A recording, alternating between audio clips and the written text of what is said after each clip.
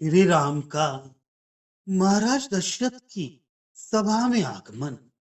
जब निष्कलंक तपस्या से संपन्न मुनिवर मौन हो गए, तब सुमंत ने सब विषयों का विचार करने वाले मंत्रियों के मुख से प्रकाशित हुए उनके हृदय के भाव को जानकर अपने कर जोड़कर राजा से यूं निवेदन किया। राम राज्य प्राप्त करेंगे, इस समाचार से आनंदित होने वाले हृदयों को तपस्या करने के लिए आपके जाने का समाचार चला रहा है। अपने कुल के पूर्वजों का धर्म त्यागना भी ठीक नहीं है। अतः धर्म से बढ़कर निष्ठुर विषय अन्य कुछ नहीं है। आलान में बांधे जाने वाले मत्त गजों की सेना से युक्त राजाओं, नगर के लोगों, मंत्रियों तथा मुनियों के हृदय रूपी नगाड़ों को ध्वनित करते हुए, अर्थात आनंदित करते हुए, आप नील रत्न सदृश देह कांति वाले अपने राम को राजा बनाए, फिर परलोक के अनुकूल व्यापार संपन्न करे। सुमंत्र के इस प्रकार कहने पर चक्रवर्ती ने कहा, तुमने ठीक कहा। पहले राम को मुकुट पहनाकर फिर अन्य कर्तव्य करना है। तुम शीघ्र जाकर लक्ष्मी सदृश सीता के पति को ले आओ।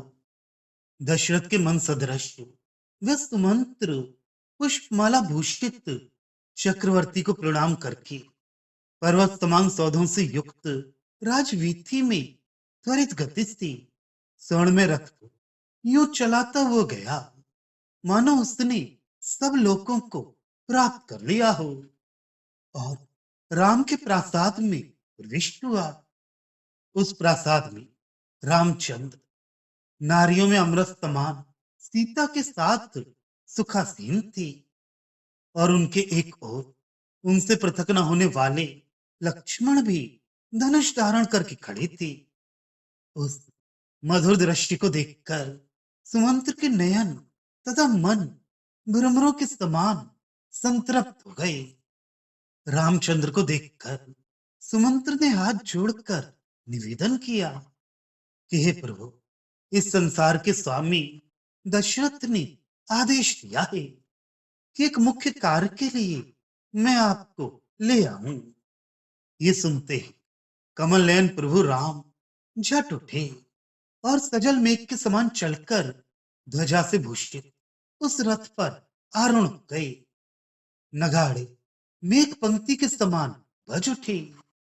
सुंदरियों की कलाइयों से फिसल पड़ने वाली शंख की चूड़ियां बज उठी। देवगण ये विचार कर कि हमारा अभीष्ट पूर्ण होने वाला है, आनंद ध्वनि कर उठे। राम के सिर पर आवेष्टित पुष्पमालाओं पर के भ्रमर गुंजार कर उठे।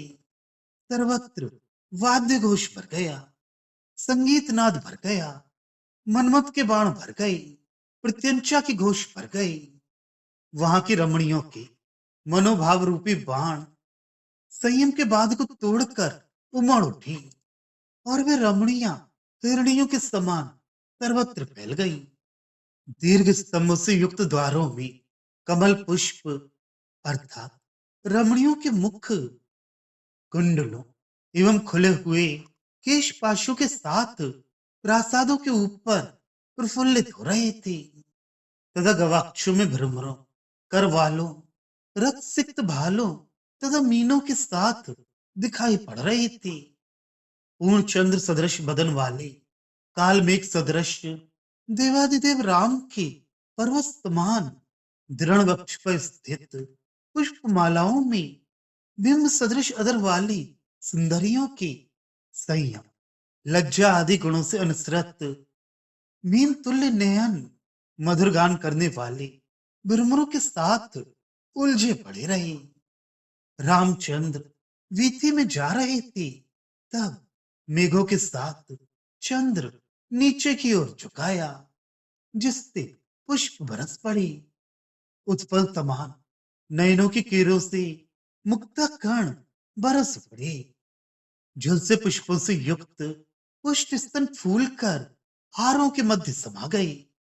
विकसित कमल पुष्पों से संयुक्त चमकते हुए वस्त्र गगन से सरक पड़े।